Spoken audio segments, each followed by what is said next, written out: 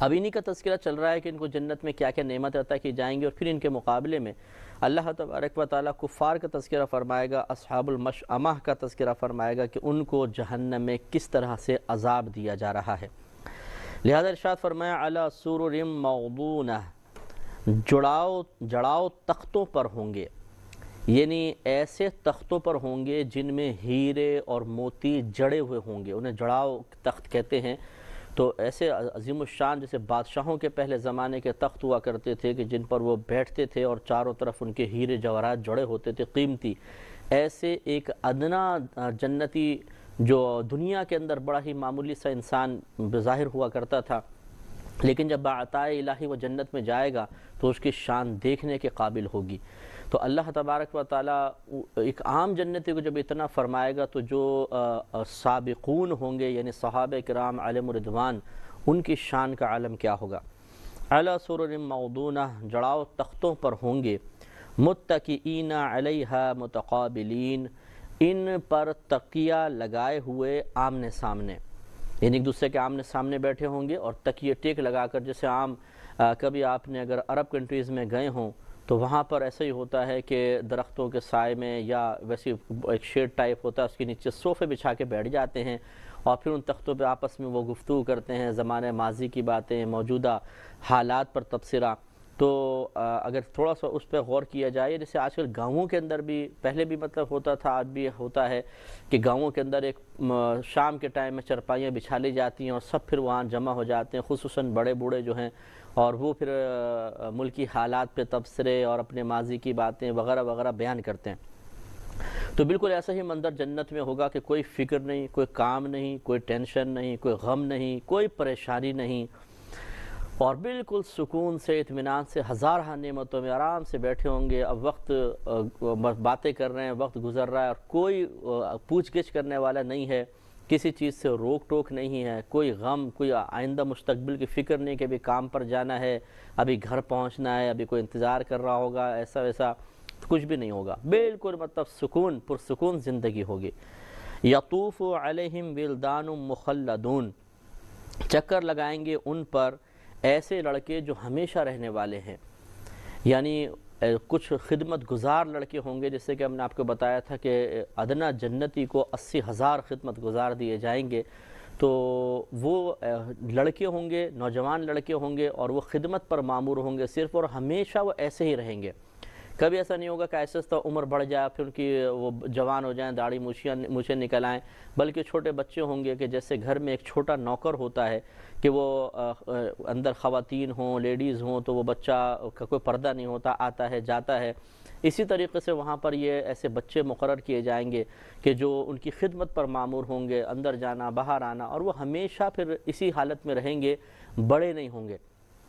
اللہ تبارک و تعالیٰ نے ان کو پیدا بس اسی کام کے لیے کیا ہے، وہ کب تک کرتے رہیں گے اس کی کوئی لمٹ نہیں ہے، ہمیشہ ہمیشہ وہ اس طرح کرتے رہیں گے۔ بِأَكْوَابٍ وَأَبَارِيقٍ، کوزے اور آفتابے، یعنی کوزے پیالے ہوں گے، آفتابے بڑے کھلے پیالے ہوں گے، وَكَأْسٍ مِّن مَّعِينٍ، اور جام ہوں گے،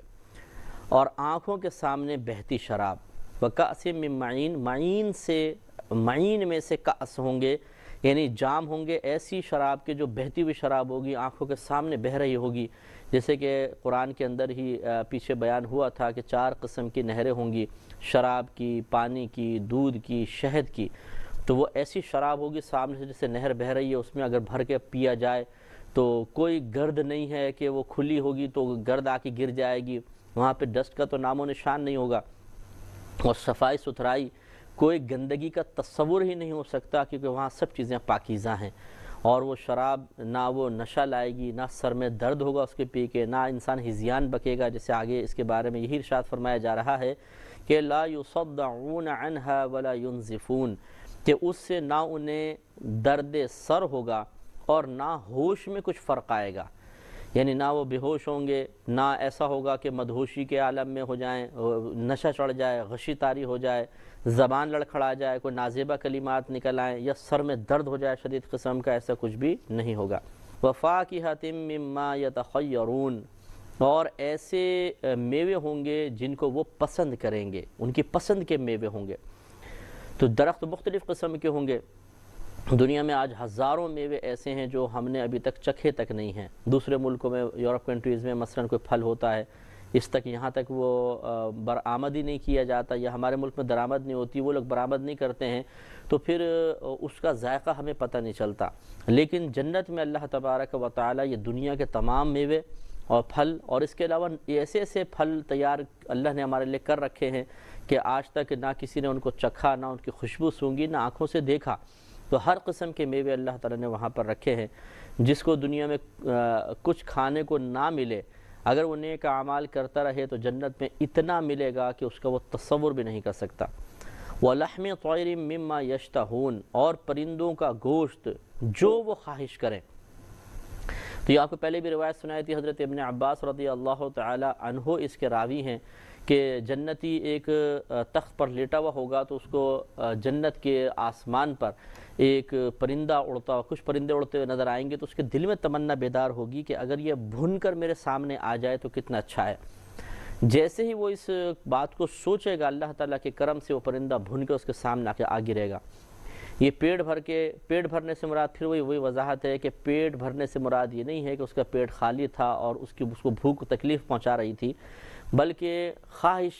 کے مطابق، کہ مطلب صرف لذت کی خواہش ہوگی کہ مزہ حاصل کرنے کے لیے انسان کھائے گا، حقیقتاً پیٹ بھرنے کے لیے نہیں. وہ نہ بھی کھائے تو وہاں پہ نہ کمزوری ہوگی، نہ ضعف ہوگی، نہ اذیت و تکلیف محسوس ہوگی. صرف نفسانی لذت کے لیے انسان کھائے گا، اگرچہ وہاں پہ نفس نہیں ہوگا کہ جو انسان کو بہکائے، بلکہ اگر جو ہمارے اندر کے نفس جس کو ہم روح سے تعبیر کرتے ہیں لسان شرع میں، وہ مطیع و فرما بردار ہوگی اور وہ بالکل انسان کو نہیں بہکائے گی، صرف ایک لذت حاصل کرنے کے لیے. اس کے بعد ابن عباس رضی اللہ تعالی عنہ فرماتے ہیں کہ پھر جب وہ کھا چکے گا وہ پرندہ دوبارہ زندہ ہو کر اڑ جائے گا. یعنی وہاں پہ ایسا نہیں ہے کہ چیز ضائع ہو جائے، خراب ہو جائے، اس کو پھینکنا پڑے اور پھر صفائی کرنے والے مقرر کرنا پڑیں کہ بھئی اب جنت میں جاؤ، پورے جنتیوں کے کھانوں کی جو صفائی ہے وہ اٹھا کر کسی جگہ پھینکی جائے.